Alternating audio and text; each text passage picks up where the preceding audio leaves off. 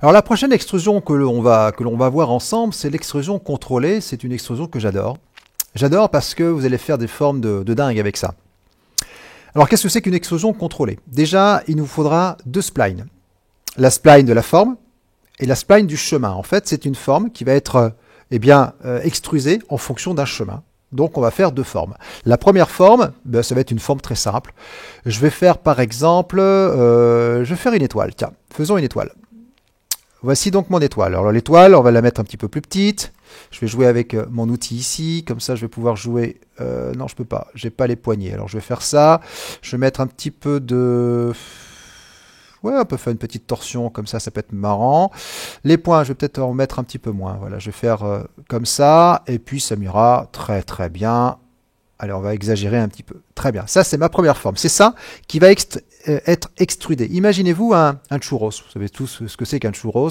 Eh bien, on a une forme, donc on a déjà un piston, on a une forme, la forme de l'étoile, et puis avec le piston, on fait passer le churros là-dedans, on a la forme comme ça. Non, c'est exactement ce que je suis en train de faire là. J'ai ma forme de découpe ici, et par contre, je vais faire un chemin. Donc pour faire un chemin, eh bien, je vais me mettre en mode ici, oui, à droite, ça peut être pas mal.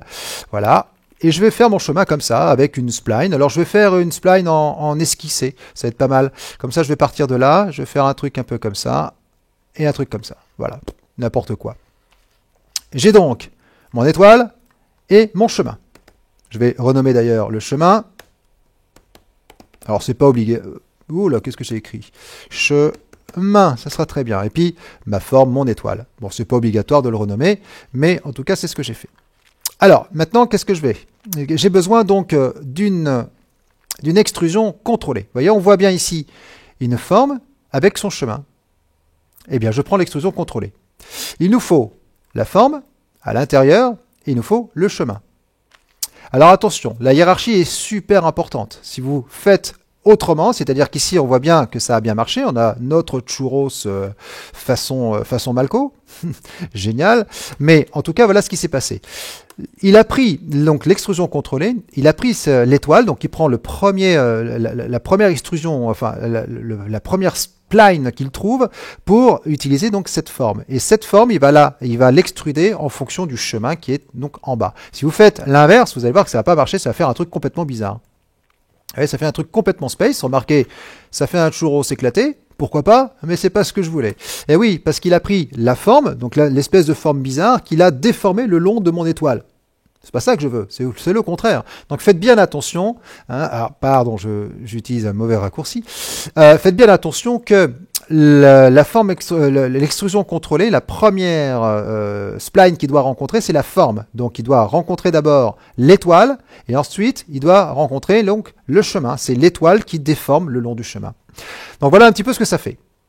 Alors c'est génial parce que je vais désactiver cet outil. Voilà, c'est génial parce qu'effectivement maintenant, eh bien on va pouvoir, tout est contrôlable. Tout est contrôlable. C'est-à-dire que quand je sélectionne ici l'extrusion, bon déjà j'ai l'objet en lui-même. Combien de subdivisions? Alors c'est pareil, hein, on va faire NB pour voir le nombre de subdivisions qu'il va me créer. Vous voyez ici.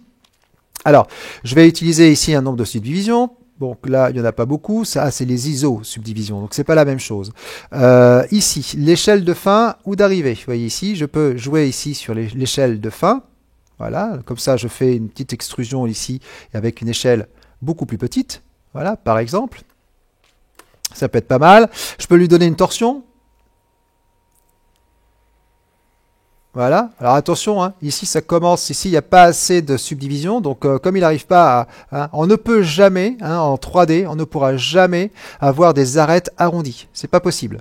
Donc le problème, c'est que ici, eh bien j'ai une telle grande arête ici, qu'à un moment ou à un autre, quand je continue ici l'extrusion, la rotation, vous voyez, il peut pas faire plus parce qu'il a du mal. Donc là, il me fait des trucs complètement bizarres, hein, parce qu'il manque de subdivision ici. Alors pourquoi il manque de subdivision, hein, d'ailleurs? Je vais mettre ici 0. Parce que regardez, en fait il a une interpolation ici, il s'est dit là ça va tout droit, donc il n'y a pas besoin de rajouter plein de subdivisions, ça va tout droit, c'est presque droit, donc aucun intérêt. Par contre ici il y a un peu plus besoin de subdivision parce que la forme est assez arrondie. Alors dans ce cas c'est plutôt mon chemin qui pose problème, c'est un chemin du type Bézier. Eh bien il est en adaptatif, je ne vais pas lui demander adaptatif, je vais lui demander d'être en naturel, et déjà en naturel vous voyez il commence à rajouter ici des subdivisions. Alors ça peut être naturel, ça peut être uniforme. Dans ce cas-là, il va mettre chaque fois, ça va être la même, le même emplacement, enfin le même écart. Hein. Par contre, c'est à moi de rajouter des points supplémentaires. Voilà. Là, c'est uniforme. Hein. Alors, l'avantage d'uniforme, c'est qu'on n'a pas besoin de s'embêter la vie. On met un chiffre et automatiquement, ça vous fait votre truc et ça sera nickel partout.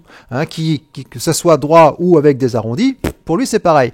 L'inconvénient de l'uniforme, c'est que bah, ça a tendance à rajouter des subdivisions là où il n'y en a peut-être pas besoin. Donc, ça alourdit peut-être un petit peu votre modélisation. Alors uniforme, bon, adaptative, vous voyez, ben là, ça va pas du tout. Hein. C'est pas génial. Et subdiviser, ben là, c'est pareil. On va subdiviser avec un angle et une longueur. Donc ça, j'en veux pas. J'avais trouvé naturel qui était assez intéressant. Ce qui fait qu'ici, il en met, puis ici, il en met un peu beaucoup. Je trouve que c'est un petit peu trop. Puis là, bon, alors pas vraiment. Je vais peut-être mettre, oui, ben, uniforme, et puis je vais réduire un petit peu ici. C'est pas la peine d'en avoir trop. Voilà, c'est déjà pas mal. Et là, maintenant, on a un peu plus de subdivision. Donc, quand je vais revenir là-dessus et que je vais lui demander ici de faire une rotation, eh bien là, vous voyez, il fait de la rotation un petit peu mieux à cet endroit parce que tout à l'heure, c'était un trait droit. Il ne peut pas courber ici une arête. C'est pas possible. Donc, du coup, eh bien, il coupait des trucs, il faisait des trucs bizarres. Là, j'ai rajouté de la subdivision, donc c'est quand même beaucoup mieux. Donc, c'est une rotation X, et puis après, on commence à faire une rotation jusqu'à la fin. Donc, je lui ai demandé de faire une rotation jusqu'à 570 degrés. Donc, il part de là, puis après, il fait 570 degrés pour arriver jusqu'à la fin. La croissance de début, pareil, croissance de début ou croissance de fin. Donc ça va être génial pour faire de l'animation, par exemple. Vous pouvez très bien ici utiliser une croissance de fin, faire de l'animation. Et là, au timecode de départ, on n'a pas du tout d'évolution, on n'a absolument aucune extrusion. Et puis au fur et à mesure, je fais évoluer mon élément. Et donc ça peut être pas mal pour faire, par exemple, vous savez, des rubans satinés, et on peut faire apparaître la caméra au travers du ruban qui évolue. Et là vous avez la solution, vous savez comment faire. Un ruban, c'est simplement un petit rectangle, avec un chemin, et vous allez faire votre ruban, et puis vous n'avez plus qu'à faire placer la caméra. Donc là encore, on ne sait pas le faire parce qu'on n'a pas créé de caméra, on n'a pas fait d'animation encore, mais il suffira simplement de faire animer la caméra le long du ruban qui évolue en fonction de celle-ci, de cette valeur de croissance. Alors, je vais remettre ici à 0. La croissance de fin, je vais le mettre à 100%. Comme ça, on a la même chose. Par contre, vous voyez ici, oulala, il y a des trucs qui ne me plaisent pas. Hein, parce qu'en fait, là, il y a un moment où, là aussi, il ne doit pas y avoir assez de subdivision. Ou alors ici, mon chemin, ici, si je reprends mon point qui est là quelque part, il va falloir que je fasse une petite rotation du point. Voilà, pour avoir quelque chose de plus joli, esthétique ici. Très bien. Bon, alors qu'est-ce que nous avons d'autre dans l'extrusion contrôlée? Après, il y a des mouvements parallèles.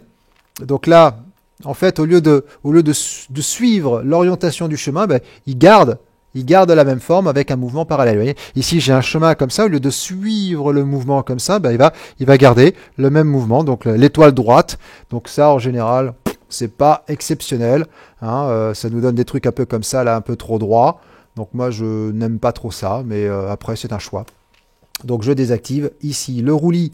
C'est justement pour essayer donc de s'adapter par rapport aux angles.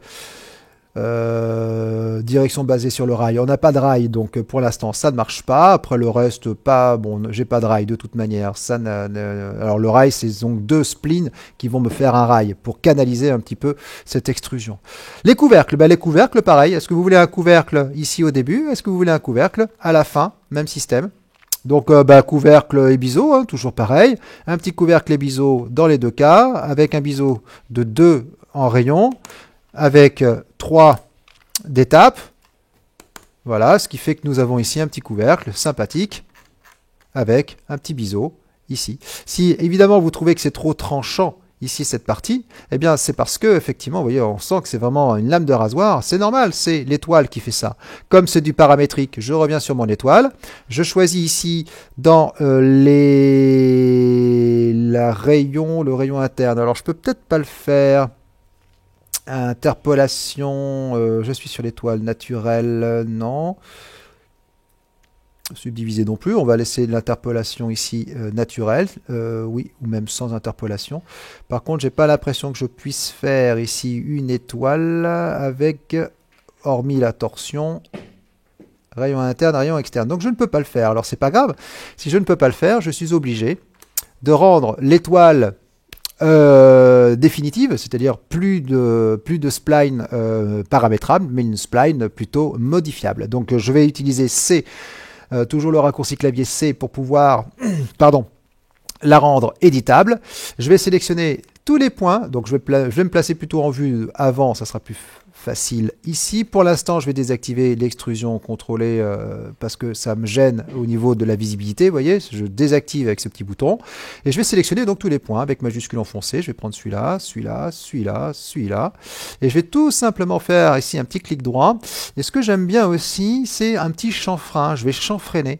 Et quand je vais cliquer en dehors, vous voyez, je vais faire des petits arrondis comme ça. Je chanfreine. Alors, c'est pas vraiment des arrondis. Est-ce que je peux faire avec un petit linéaire? Donc, alors, je vais pas faire ça. J'annule l'opération. Je vais plutôt faire... ceci dit, ici, chanfreiner, c'était pas mal. C'est ça que je voulais. Ah oui, mais je sais pourquoi. Évidemment. Alors, je vais annuler. Non, évidemment, l'étoile, elle est en forme linéaire. Donc, forcément, si elle est en forme linéaire, eh bien, on va avoir un petit problème. Je vais mettre ici en Bézier. Un petit chanfreiné ici. Et ça marche toujours pas. Donc Bézier, et je vais tout simplement faire un petit clic, interpolation légère. Qu'est-ce que je peux faire? Tac, tac, tac, tac, tac. Alors, je vais simplement ici essayer avec l'arrondi. Ah, ça me fait pas un truc que je... Ah oui, mais pardon, attendez, je me suis trompé. C'est plutôt ça. Non, c'est pas ça.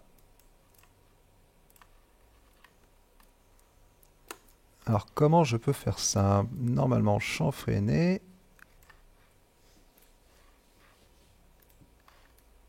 Ah, ben oui, mais voilà. Voilà où était mon problème. C'est que j'avais laissé le petit bouton linéaire. Évidemment, si je laisse le bouton linéaire, je ne peux pas m'attendre à ce que ce soit du Bézier, forcément. Donc, je refais l'opération. Alors, par contre, ce qui est important, c'est de l'avoir mis en Bézier. Hein, sinon, linéaire ou pas, ça aurait été la même chose. Donc, je me suis mis en Bézier sur l'étoile pour justement bénéficier donc de toutes les courbes de Bézier. Je resélectionne mes points parce que je les avais désélectionnés. Voilà, je vais quand même zoomer un petit peu sur l'un des points et je refais donc mon clic droit, chanfreiner, mais faites attention, et c'est là mon erreur, c'est que je vais désactiver le chanfrein linéaire. Et là maintenant, je vais avoir ici, je vais en faire d'abord un premier, et là je vais en faire un deuxième. Et là, je vais avoir ici une petite, je peux en faire même un troisième, pour avoir ici un petit arrondi. C'est pas mal. On va faire la même chose là-dessus. Je vais sélectionner lui, toujours avec majuscule enfoncée. Hein.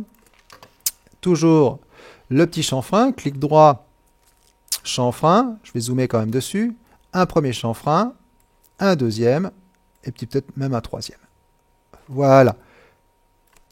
Comme ça, je vais avoir ici des petites formes beaucoup plus arrondies. Quand je reviens maintenant dans mon extrusion contrôlée, eh bien j'ai ici maintenant des formes beaucoup plus arrondies, beaucoup plus sympas, un peu plus sexy. Donc voilà un petit peu l'idée de l'extrusion contrôlée. Alors bien sûr, vous pouvez aussi modifier votre chemin. Hein. Il suffit simplement de sélectionner le chemin en mode point, récupérer le point ici par exemple pour pouvoir modifier votre chemin. Alors attention qu'il n'y ait pas d'artefact ici par exemple. Il faudrait jouer un petit peu sur les positions, jouer un peu sur ce point qui est quelque part ici. Voilà. L'allonger, jouer un petit peu là aussi d'être plutôt en cubique pour qu'on ait quelque chose de beaucoup plus fluide. Après, le plus dur c'est de trouver les poignées. Voilà. Etc. Donc voilà un petit peu l'extrusion contrôlée.